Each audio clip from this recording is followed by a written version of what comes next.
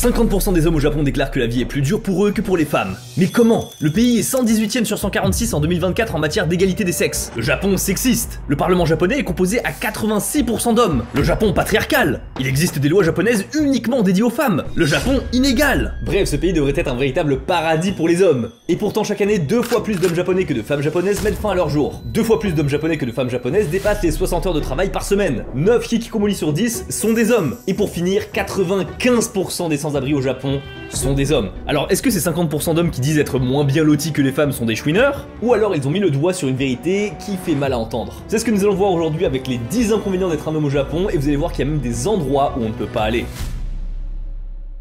Est-ce que vous savez à quoi les hommes japonais jouent le plus? Un jeu qui s'appelle Infinity Nikki, c'est un open world, détente, cosy, et je sais que c'est un argument qui ressort souvent en ce moment pour les jeux, mais Infinity Nikki a vraiment réussi à pousser le curseur jusqu'au bout. Bon, ok, j'ai peut-être un peu menti, c'est pas tous les japonais qui y jouent, c'est en ce moment surtout moi qui y joue. C'est dispo sur PS5, PC et mobile, et vous allez pouvoir explorer les terres de Mirabilis aux côtés de Momo. Et pour vous donner une idée de la hype, ce jeu a comptabilisé près de 30 millions de pré-enregistrements, donc avant même qu'il sorte, et en même temps j'ai envie de dire, les trailers y donnaient bien envie. Les graphismes sont vraiment énervés, le gameplay est axé sur la découverte de la plateforme, des mini-jeux et des énigmes à résoudre. Il existe plein d'activités détentes que vous pouvez faire, comme toiletter de petits animaux, attraper les insectes et pêcher. Mais le cœur du jeu de l'intrigue, c'est le flow. Oui, vous pouvez personnaliser les tenues, différentes textures, comportements dans les airs, et certaines de ces superbes tenues rentrent dans le gameplay en vous conférant des pouvoirs, comme par exemple celui de planer dans les airs, ou encore de rétrécir pour explorer de minuscules petits trous. Et comme le 6 décembre marque l'anniversaire du personnage principal Nikki, pour célébrer cette journée spéciale, le jeu offre à tous les joueurs une robe exclusive. Starlit Celebration, c'est gratuit, et il suffit de se connecter au jeu avant le 19 décembre, et vous l'aurez. Et c'est pas fini, j'ai ce code pour vous, ça vous permettra de récupérer des récompenses pour le jeu dès le départ. Franchement, je vous le dis, moi de plus en plus, avec le temps, j'ai besoin de me détendre quand je joue maintenant. Détente. Les différences de prix. Est-ce que vous pourriez manger pour 1,30€ par jour? Sur une journée, allez, pourquoi pas. Mais sur 15 ans, eh bien c'est exactement ce qu'une femme japonaise a fait. Voici le visage de la femme la plus économe du monde, Saki Tamogami. Quand j'avais 19 ans, je me suis fixé comme objectif de posséder 3 maisons avant d'avoir 34 ans. Pendant 15 ans, Saki Tamogami a réussi à restreindre ses dépenses alimentaires à seulement 200 yens par jour. Et j'ai beau vous avoir montré qu'avec 100 € de course au Japon, on peut avoir beaucoup plus de quantité factuellement qu'avec 100 € en France, ça reste quand même compliqué de manger pour 200 yens. Donc fatalement, son alimentation est toujours et systématiquement à base de produits en réduction. Vous savez, au Japon, dans les supermarchés, il y a des réductions sur les produits frais du jour. Par exemple, au début, on commence avec moins 20% autour de 18h, et quand t'arrives autour de 20h, là, on peut avoir du moins 50, voire du moins 70%. Ce qui fait qu'à cette femme, sa routine alimentaire, c'est toast le matin, riz et poisson le midi, et nouilles udon avec des légumes le soir. Et à force de répéter, re-répéter ce cycle à économiser sur toutes ses dépenses, eh bien, ça paye. Parce qu'à l'âge de 27 ans, 9 ans après le début de son périple, elle parvient à acheter son premier bien. Une maison à 10,2 millions de yens dans la ville de Tokorozawa dans la préfecture de Saitama. C'est vraiment pas cher. Bien sûr, elle n'est pas bête, elle vit dans une des 3 chambres et met les 2 autres en location. Vous avez vu, elle a du mobilier, donc forcément elle a dû redépenser. Pas du tout! Son mobilier, elle l'a trouvé dans la rue. Les charges, eh bien elle mange directement dans la casserole pour économiser l'eau pour la vaisselle. Un petit plus, au lieu d'aller chez le coiffeur, elle vend ses cheveux. Vous savez ce qu'on dit avec ce genre de système, c'est la première maison qui est la plus dure. Parce qu'après, ça s'enchaîne. Et ça se confirme parce que un peu plus d'1 an plus tard, elle parvient à acheter son 2e bien immobilier. Une maison à 18 millions de yens dans le quartier de Kodaira à Tokyo. Et elle atteint son objectif 4 ans avant sa deadline en achetant sa 3e maison, toujours dans le quartier de Kodaira à Tokyo, mais pour la somme de 37 millions de yens. Mais ce que je ne vous ai pas dit, c'est que Saki-san avait également une autre règle. C'est celle de ne jamais acheter quelque chose qui n'est pas en promotion. Et bien que je sois tout à fait d'accord pour dire qu'il faut un mental d'acier et une abnégation à toute épreuve hors norme pour suivre ce qu'elle a fait, eh bien, force est de constater au Japon, c'est beaucoup plus facile pour une femme de tout acheter en réduction que pour un homme. Est-ce que vous êtes familier avec le concept de taxe rose? C'est quand le même produit, lorsqu'il est destiné aux femmes, coûte plus cher que celui destiné aux hommes. L'exemple classique, c'est les rasoirs jetables. Lorsqu'ils sont bleus, bah c'est moins cher que lorsqu'ils sont roses. Oui, voilà, taxe rose, c'est pour ça qu'on l'appelle comme ça. C'est une tendance marketing sexiste qu'on retrouve un peu partout dans le monde avec une moyenne de 12% d'augmentation sur les produits destinés aux femmes. Mais vous savez, le Japon, on aime bien être une exception. Ce qui fait qu'au Japon, c'est pas la taxe rose, c'est la réduction rose. Le concept, c'est strictement l'inverse. Sur des biens et des services, les femmes ont un prix inférieur à celui des hommes. Des réductions au karaoké, dans les salons de massage, dans les spas, dans les salles de sport, dans les onsen, dans les kartings, dans les salles de cinéma, au théâtre, dans les hôtels, dans les transports, dans les entrées aux événements sportifs, dans le merch. Dans les magasins de CD, dans les applications de rencontres, dans les assurances, dans les locations de voitures, dans les cafés, dans les restaurants, bref, vous avez compris, il y a partout. Alors, ce n'est pas dans tous les établissements non plus, mais ces réductions uniquement pour les femmes, c'est un phénomène assez généralisé au Japon pour qu'il ait son propre nom, le Ladies' Day, ou à la japonaise, Ladies' Day. Regardez-moi ce nombre d'affiches. Moi aussi, je voudrais mon sac offert quand je vais chez le concessionnaire automobile. D'ailleurs, vous aurez noté que la couleur prédominante, c'est pas du orange, du bleu, non, c'est que du rose. Après, bien entendu, il faut comprendre que tout ça, c'est un move marketing pour attirer la clientèle féminine. On choisit un jour dans la semaine et on offre un cadeau où on applique une réduction de 5, 10, 20, 30% aux femmes ce jour-là. Mais quand c'est des choses qui sont moins genrées et que ça touche des échelles plus nationales, eh bien là, la pilule, elle passe moins. Deux exemples. La chaîne de restaurants de viande grillée la plus populaire du Japon, Gyukaku, a lancé du 2 septembre au 12 septembre 2024, donc pendant uniquement 10 jours, une campagne marketing test. Moins 50% sur leur formule à volonté uniquement pour les femmes. Ah, j'ai le seum. Vous savez à quel point j'aime Gyukaku, j'y suis allé avec Dave il y a pas très longtemps, vraiment, j'ai le seum de ouf. Ce qui fait que pour les messieurs, on est à 3938 yens contre 1969 yens pour mesdames. Viande grillée à volonté pour 12 balles.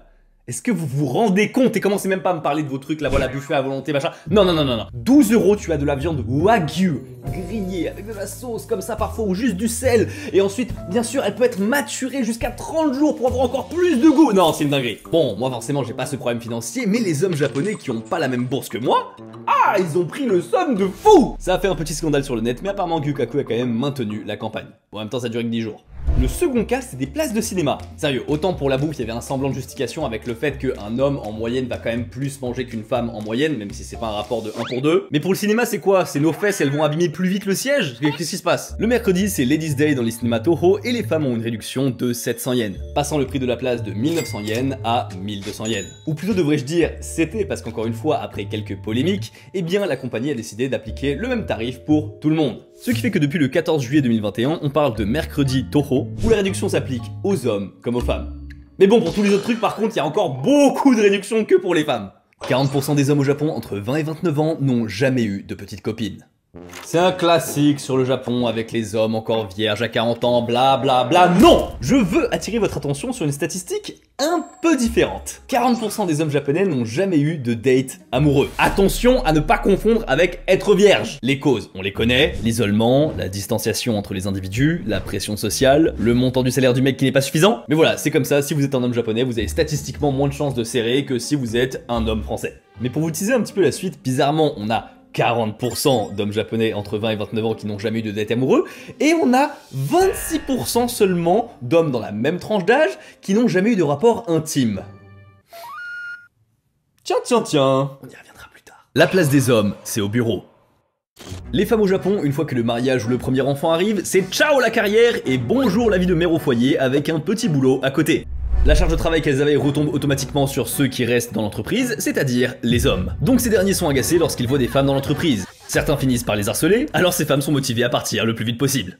C'est le cercle vicieux des entreprises très tradies japonaises où les femmes se font éjecter de gré ou de force. Mais faut bien comprendre aussi quelque chose, c'est que ce cadre-là, même s'il éjecte les femmes, ça veut pas dire que c'est un paradis pour les messieurs. Les soirées où t'as pas d'autre choix que de te bourrer la gueule pour faire plaisir au patron, la hiérarchie absolue qui se fait juste par l'ancienneté, les heures supplémentaires pas payées, les méthodes de travail qui visent surtout à n'avoir aucune efficacité. Et un bon exemple, c'est le congé paternité. Au Japon, il existe. Pardon, je me suis arrêté là parce qu'apparemment les papas japonais aussi se sont arrêtés là. En gros, les femmes depuis 2006 utilisent un peu plus de 80% du temps de leur congé maternité, contre un pénible 20% depuis 2020 du côté des hommes. Et encore, vous voyez que sur le graphique depuis 2020, ça explose pour les hommes. Ah, parce qu'avant c'était zéro, nada. Donc comprenez bien que le mauvais côté des rôles prédéfinis comme la mère au foyer qui a pas forcément envie de le devenir, eh bien c'est dans les deux sens. Un homme japonais qui voudrait quitter son travail après le mariage ou se consacrer plus à sa famille et à ses enfants, ah, c'est pas possible! D'ailleurs, je dirais même plus que c'est plus facile pour une femme de maintenir une carrière que pour un homme d'arrêter la sienne. Socialement et financièrement, c'est juste inenvisageable parce que l'homme japonais égale gagne-pain. L'argent qu'un homme japonais peut rapporter, c'est vraiment ce qui le définit en termes de valeur auprès de la gente féminine. Il y a d'autres critères bien sûr, mais ça, c'est la clé. Parce qu'il est courant au Japon que la femme gère l'intégralité des finances du ménage. Jusque là pourquoi pas, mais ce qui me choque le plus, et je vous en ai déjà parlé, c'est l'argent de poche que les femmes japonaises donnent à leur mari tous les mois. 275 € par mois en moyenne au Japon, ce qui fait 9 € par jour. Vous pensez que c'est light? Et bah c'est censé aussi couvrir les dépenses du déjeuner lorsque vous êtes au travail. Donc c'est très light. Avec ces points, on se demande encore pourquoi les hommes japonais ils veulent pas se marier. Waouh, quelle surprise! Quel intérêt sérieusement? Ah, à part peut-être le fait d'avoir des enfants.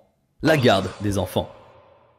En cas de divorce au Japon, dans 99% des cas, c'est la maman qui va récupérer la garde exclusive des enfants. Commence à faire une loi avec le concept de garde partagée, mais c'est pas encore ça. Et ce côté, les enfants, c'est que la maman qui s'en occupe, c'est tellement ancré dans le subconscient des Japonais qu'une marque de textile pour enfants, Shimamura, pour ne pas la citer, s'est dit que c'était une bonne idée de sortir cette gamme. Forcément, je vais vous traduire, c'est écrit « Papa rentre toujours tard le soir à la maison. Papa ne s'occupe pas du tout de moi. Je préfère maman. » Bah oui, clasher les papas à travers les vêtements, quelle bonne idée! Alors personnellement, je trouve que c'est rigolo, c'est de l'humour, mais le fait qu'ils aient fait que dans un sens et pas dans l'autre, ça prouve à quel point il y a un peu de malhonnêteté. Parce que les t-shirts « Maman ne s'occupe pas de moi » et « Maman dort tout le temps », bizarrement, ils en ont pas fait.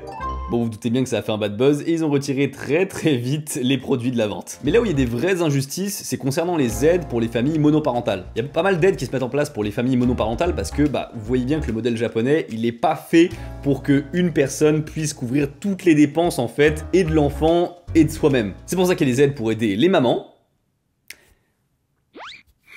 Mais non, pas les papas.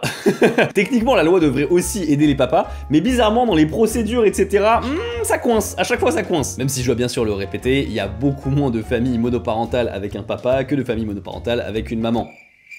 Forcément, je vous l'ai dit, on donne la garde dans 99% des cas à la maman, donc comment voulez-vous que ça existe? Bon, jusqu'à présent, vous préférez quoi? Être un homme ou une femme au Japon? Ni l'un ni l'autre? Eh bien écoutez, voici les endroits en tout cas que vous ne pourrez pas fréquenter si vous êtes un homme au Japon. Lieu interdit pour les hommes au Japon. Certaines plages au Japon à certains moments de l'année pour des événements interdisent les hommes comme la plage Tokimeki à Osaka. Il y a bien sûr des capsules hôtels qui sont réservées uniquement pour les femmes, des manga cafés qui proposent maintenant des salles exclusivement pour les femmes, les espaces de coworking exclusivement réservés aux femmes augmentent également en flèche, et les box photos Pulikula, vous savez, pour avoir un côté super kawaii, et bien si vous êtes en groupe d'hommes, vous pouvez pas le faire. Il faut forcément qu'il y ait une femme qui vous accompagne, sinon bah c'est interdit. Après, je comprends un petit peu l'idée d'avoir plus de sérénité dans ce genre de lieu. Mais je sais pas si une segmentation systématique va être très bénéfique à la longue. Les hommes d'un côté, les femmes de l'autre. On ne se mélange pas. Ah bah, on voit ce que ça donne hein, au Japon. Le gros débat, c'est sur les magasins de lingerie. Quand j'étais plus jeune, je suis rentré dans un magasin de lingerie à Shibuya pour faire plaisir, voilà un petit cadeau à ma copine de l'époque. Et waouh, les regards que j'ai reçus! J'ai vraiment l'impression que sur mon front c'était écrit pervers dégénéré. Ça c'était déjà il y a plus d'une dizaine d'années au Japon, mais aujourd'hui on discute un petit peu du fait d'interdire les hommes dans ce genre d'établissement. Même les messieurs qui accompagnent leurs dames pour choisir voilà potentiellement un truc mignon, c'est dead! Il y a des voix féminines qui s'élèvent pour dire qu'elles sont pas à l'aise lorsqu'elles voient un homme dans ce genre d'endroit. Et on souffle quoi. Même si ça part d'un sentiment louable, je trouve que c'est fatigant à la longue d'être toujours pris quand t'es un homme pour un pervers. Toujours pris pour un pervers. J'ai déjà raconté cette histoire dans une vieille vidéo, la seule fois où j'ai dû aborder une japonaise, le soir dans le quartier de Shibuya. Je me souviens plus vraiment avec qui j'étais, mais cette personne me dit de pas y aller. Malheureusement, j'ai quand même envie de tenter ma chance, donc je maintiens. J'essaie de l'interpeller une première fois en marchant à sa hauteur. Et au moment où j'ai prononcé un mot, elle a accéléré, elle a foncé. Je retente donc une deuxième fois, même résultat. Je suis quelque peu saoulé, donc j'énonce plus fort dans la rue ces mots. Ce qui veut dire en japonais, ta jupe est retournée. Et on voit ton cul.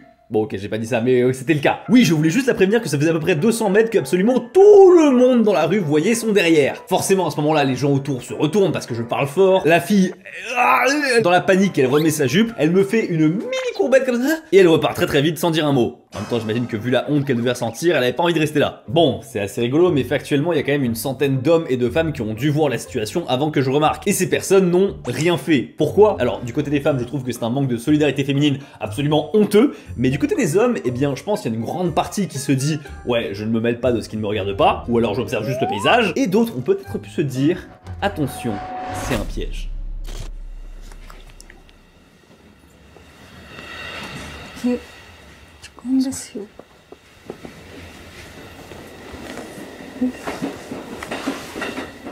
触りましたよね。いや、寝てらしたんでちょっと起こしました。すいません。それだけじゃなかったですよね。痴漢ですよね。いや、もたれかかってきた頭を起こしただなんかそれだけじゃなくて。け。頭だけです。違いましたよね。居眠りされてもたれてきたんで頭触って起こします。大将それだけじゃなかったですよ。それだけですよ。何ですか。まだ話して。いや話も何も、居眠りされて頭起こしただけです。大丈夫ですあります。よくあるでしょ。頭もたれかかって頭人の話聞けよ。落ち着けて大丈夫。頭乗っかっちゃった。説明してるんです。ちゃんと説明してる。Cette vidéo, elle est fake. Enfin, c'est de la mise en scène. Elle illustre ce qu'on appelle du chikan enzai. En gros, c'est une fausse accusation de pelotage. Vous n'êtes pas sans savoir que le pelotage dans le métro, c'est un des gros fléaux du Japon. On est à 13,6% de femmes qui ont moins de 30 ans au Japon qui déclarent avoir déjà été attouchées. Et juste, je place ça là parce que les haters du Japon adorent ressortir à quel point, voilà, le métro au Japon, oh, c'est dangereux à cause des chikans, etc. 86%. Ça, c'est le pourcentage de femmes en France qui ont subi une agression à caractère sexuel. Donc, les mauvais côtés du Japon, oui, mais cet exemple-là en particulier, on n'a pas vraiment de leçon à donner. Bref, le phénomène de chikan au Japon, il est pris très au sérieux. Beaucoup de campagnes de communication, des wagons réservés aux femmes, mais ces dernières années, ce qui a fait le plus de buzz, ironiquement, c'est le danger des fausses accusations. 8 millions de vues, 5,8 millions, 3 millions. Ah, pour buzzer, ça buzz, hein. Ça passe sur internet, dans des articles, à la télé, et il y a même des initiatives comme le wagon réservé aux hommes qui se développent, ce que je trouve d'ailleurs être personnellement une très bonne idée. Et quand on pose la question aux japonais, hommes comme femmes, visiblement tout le monde est d'accord pour que ça soit appliqué. Mais le plus populaire, ce sont les vidéos d'avocats qui vous conseillent sur les démarches à suivre lorsqu'on est victime d'une fausse accusation. Parce que tout comme vous l'avez vu dans la vidéo, eh bien tout le monde va prendre parti pour la femme. Dans le fond, c'est pas une mauvaise chose, parce que seulement 20% des femmes au Japon osent intervenir lorsqu'elles sont victimes de chikan. Mais la conséquence de ça, c'est que par défaut, l'homme est un pervers. Alors que faire lorsqu'on est victime de fausses accusations ou alors que la personne s'est tout simplement trompée? Deux choses. La première, c'est de ne pas s'excuser. Alors autant en France on s'excuse jamais donc y a pas de problème, mais au Japon on a le sumimasen qui est très facile. Sauf que dans ce cas-là vous comprenez que ça ressemble presque à des aveux de dire excusez-moi, parce que ça veut dire que si tu t'excuses ça veut dire que tu l'as fait. Donc voilà, on ne s'excuse pas, on reste calme et on explique que c'est une erreur. Et deuxième point, on refuse catégoriquement de suivre les personnes de la gare pour aller dans la salle de service. Au début on va vous dire que c'est pour venir s'expliquer, sauf que si vous acceptez de les suivre, eh bien vous acceptez d'être fautif. Donc on refuse si possible et on rentre chez soi calmement. Cependant, certaines femmes et certaines associations reprochent à juste titre aux avocats et aux médias en fait de surcommuniquer sur ces fausses accusations et surtout sur la manière de comment s'en sortir. Parce que tout ça, qu'on le veuille ou non, ça éclipse quand même le vrai problème du chikan. Surtout que, petite surprise, il n'y a aucune statistique sur le nombre de fausses accusations. Et en même temps, je dois intervenir pour vous dire que c'est normal qu'on n'ait pas de chiffres. Parce qu'en cas de fausses accusations confirmées, on laisse juste le monsieur et la madame repartir tranquille. On ne cherche pas à condamner la personne qui a fait de fausses accusations, parce qu'après tout, l'erreur est humaine. Surtout que dans une grande majorité des cas, les victimes disent elles-mêmes avoir du mal à identifier la personne qui est responsable. Donc les fausses accusations, eh ben on sait pas vraiment si c'est un gros phénomène ou pas. Ce dont on est sûr par contre c'est deux choses. Premier point, c'est que ce phénomène il existe, parce qu'il y a plein de témoignages. Et le second point, c'est que les personnes qui accusent ont un intérêt à accuser, parce qu'elles peuvent obtenir tout simplement des dédommagements financiers, ou alors tout simplement faire couler la carrière de quelqu'un. Et surtout si c'était si minime comme phénomène, une assurance en 2017 n'aurait pas fait fortune en lançant son programme de protection contre les fausses accusations. Il s'agit de la Japan Small Amount and Short Term Insurance, et elle propose pour 6400 yens par an de couvrir les frais de consultation d'un avocat en cas d'incident. Ils ont même mis en place un système où dès que la fausse accusation arrive, eh bien le client peut juste appuyer sur son application et ça va envoyer un message à tous les avocats environnants participant au programme et ils pourront venir directement sur place pour défendre leurs clients. L'agression chez les messieurs n'existe pas. 9 décembre 2024. Les enseignants sont des êtres absolus et j'avais tellement peur que je n'avais d'autre choix que de devenir le jouet du professeur. Tels sont les mots d'une ancienne élève d'un lycée dans le quartier de Nerima à Tokyo. L'enseignant en question, devenu proviseur entre-temps, se défend en disant qu'il avait l'illusion de sortir avec elle. Mais heureusement, 13 ans après les faits, il a été quand même reconnu coupable. Notamment grâce à une vidéo qu'il a tournée lui-même prouvant la véracité des accusations. Il a été condamné à 9 ans de prison ferme et pourquoi je vous raconte ça? Attendez, je vous raconte une autre histoire et vous allez très bien comprendre là où je veux en venir. Août 2021, la police débarque au domicile d'un foyer dans Tokyo. Les policiers affichent un papier où il est écrit dessus « Permis de perquisition et de saisie ». Tout est pris, téléphone, ordinateur, documents papier. La propriétaire du domicile? Une enseignante dans un collège du quartier de Tama à Tokyo. On ne sait pas comment les faits et les accusations sont ressortis 2 ans plus tard, mais on sait très bien ce qui s'est passé. Le 28 mars 2019, à 22 h, l'enseignante de 29 ans a eu des relations inappropriées avec un élève du collège où elle travaillait. Le garçon était bien entendu mineur, âgé de 15 ans au moment des faits. L'enseignante, bien sûr, regrette son acte et elle a été condamnée à 9 ans de prison ferme. Oula non, pas du tout, elle a juste été licenciée et ne peut plus être enseignante, c'est tout. Je pense que vous avez compris avec ces 2 cas de figure là où je voulais en venir. Au Japon, il n'y a pas du tout la même application lorsque c'est un homme ou une femme. Ou devrais-je dire plutôt quand la victime est un garçon ou une fille. Je sais que dans d'autres pays comme la France par exemple, on a aussi ce cas où lorsque c'est une fille qui est agressée, eh bien c'est beaucoup plus grave que lorsque c'est un garçon qui est agressé. Mais là, je veux dire, c'est plus 2 poids 2 mesures, il y a trop d'écart. Pour vous donner une idée, un enseignant au Japon, comme il s'attaquait uniquement à des garçons, on a dû attendre qu'il y ait 300 victimes avant que l'affaire soit dévoilée. Comment le truc peut rester secret aussi longtemps? Et la réponse, vous la connaissez, c'est qu'on minimise beaucoup les faits lorsque ça arrive à un garçon. Depuis 2022 environ, le Japon commence à comprendre que les garçons peuvent aussi être des victimes, mais on a quand même encore des inégalités qui sont aberrantes. Même affaire, même crime, mais condamnations bien différentes. Otoko wa gaman, ça veut dire les garçons ou les hommes doivent faire preuve d'abnégation. C'est une phrase que mon grand-père japonais m'a souvent répétée. Une injustice? Otoko wa gaman. Une fille a eu un traitement différent du tien? Otoko wa gaman. Tu dois subir des moqueries? Otoko wa gaman. Et là, pour le coup, je sais que ça ne s'applique pas uniquement au Japon. Dans la conscience collective, être un homme, c'est prendre des responsabilités et endurer dans le silence. Et plus largement, ne pas communiquer sur ses émotions parce que ça pourrait être vu comme des faiblesses. Et je sais qu'il y a tout un modèle qu'on essaie de casser, etc. ces dernières années, mais ça au Japon... wow. Bref, vous avez compris l'idée, c'est qu'un homme, ça doit avoir les épaules larges et surtout... ne pas se plaindre. Avant de donner votre avis définitif sur oui ou non est-ce que les hommes japonais souffrent plus que les femmes japonaises, laissez-moi vous parler du dernier point le plus hard. 95% des sans-abri sont des hommes.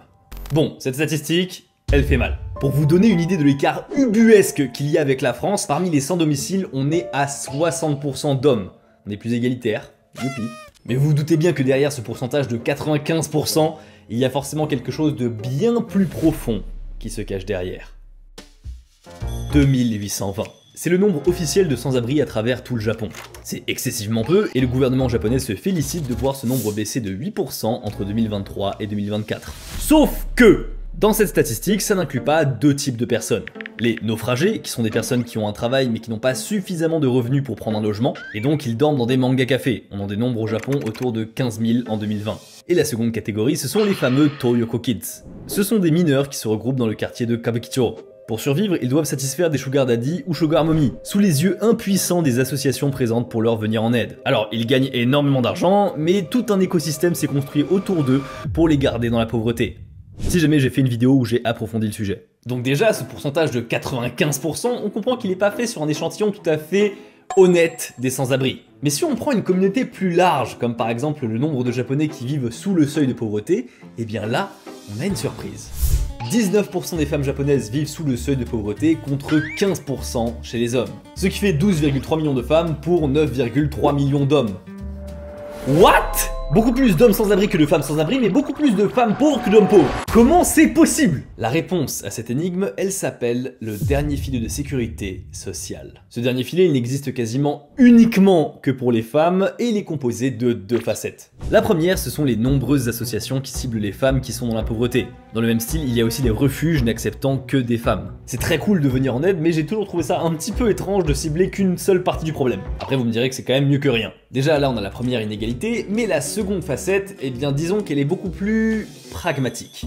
Là, oui, forcément. Ça, c'est commun, j'ai envie de dire, à tous les pays du monde, mais pour le Japon, il y a une nuance. Parce que ce métier, oui, c'est un métier au Japon, tant qu'il n'y a pas banane dans pêche, eh bien c'est légal, eh bien il est vu très différemment par rapport en France. Déjà, comme je viens de vous le dire, c'est un métier, donc ça veut dire que vous cotisez, vous êtes déclaré, grosse différence. Et le point le plus important, c'est que ça va être dur à vous expliquer, mais la sécurité et le sens du service à la japonaise a réussi à retirer les aspects glauques, insécuritaires et malsains qu'il pouvait y avoir dans ce milieu. Sans compter bien sûr que le rapport au corps chez les Japonais n'est pas du tout le même en France et au Japon. Alors attention, c'est pas n'importe quel métier comme par exemple comme être boulanger, mais c'est pas aussi dark que ça pourrait l'être. Dites-vous qu'au Japon, il y a tellement de sécurité que vous pouvez vous faire livrer une pêche chez vous, à domicile, ou dans votre hôtel préféré. Bon, je pense que vous le ressentez, c'est un sujet qui est excessivement intéressant, mais je dois me limiter pour des raisons totalement évidentes sur YouTube. Mais je vais quand même finir par 2 chiffres choquants pour que vous vous rendiez compte de l'ampleur de cette industrie au Japon. Selon vous, combien d'hommes japonais ont déjà payé pour croquer dans une pêche? Non, c'est plus. Je sais pas ce que vous avez dit, mais c'est forcément plus. 47,3%, disons 50%, ça fait un japonais sur 2 qui a plus de 20 ans qui a déjà payé. Vous comprenez un peu mieux quand je vous dis l'ampleur de la chose? Pensez-y la prochaine fois que vous serez dans le métro à Tokyo, un homme sur 2. Pour le deuxième chiffre choquant, je vais également vous poser une question. À votre avis, combien de femmes au Japon ont déjà mangé une banane contre de l'argent? Eh bien en faisant tout un calcul détaillé sur ce site, on parvient à la statistique affolante de 5%. Oui, au Japon, une femme sur 20 a déjà travaillé dans l'industrie du filet de sécurité. C'est encore une fois gigantesque, mais je veux bien que vous compreniez que c'est moins dark que ce que ça peut être dans notre vision, voilà, à nous en Europe, mais c'est pas non plus le paradis. Parce que ces femmes, normalement, en toute logique, au bout d'un moment, elles devraient devenir super riches. Si on suit la logique de l'offre et de la demande, 5% de travailleuses pour 50% de clients, je veux dire, à un moment donné, ça devrait être le pactole. Mais ça, malheureusement, c'était sans compter l'industrie des hosts qui attrapent dans leur filet beaucoup de ces femmes. Alors elles se font dépouiller par ces hommes qui font semblant d'être amoureux d'elles. Je sais, vous dites que c'est pas possible d'être débile à ce point. Eh bien je vous répondrai que la recette elle est très bien ficelée. Ça joue sur des biais psychologiques puissants comme par exemple le fait de croire qu'on est la seule femme qui importe réellement à ses yeux alors qu'il en a autant à ses pieds. C'est le genre de choses qui rend aveugle ces femmes qui, je le rappelle, sont déjà assez instables psychologiquement. Donc le système bien huilé fonctionne à merveille. À tel point que les agences et établissements ne pouvant plus accueillir autant de femmes commencent à rejeter les candidatures. Et c'est comme ça qu'on se retrouve à Kabukicho avec des rues qui ressemblent à ça.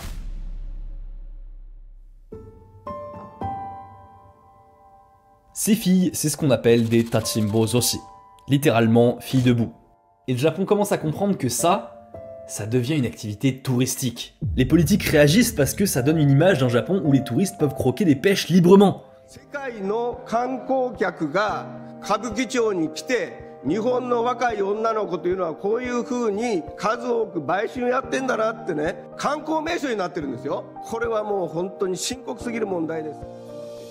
Alors que je le rappelle, c'est techniquement interdit par la loi, tant qu'il n'y a pas la banane d'empêche, vous avez compris. Mais alors la question c'est pourquoi ces filles, elles s'orientent plutôt vers des étrangers? Eh bien parce que ces filles, elles ont peur qu'un japonais, ça soit un flic déguisé.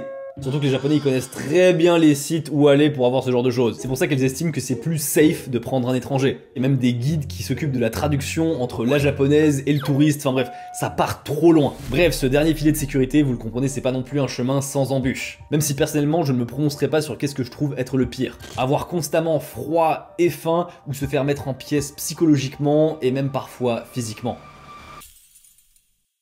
Merci beaucoup d'avoir regardé cette vidéo, j'adore découvrir ce qui se cache réellement derrière des statistiques toutes faites, parce que généralement c'est jamais tout lisse. Sur ce, je vous dis à la prochaine. Tchuss.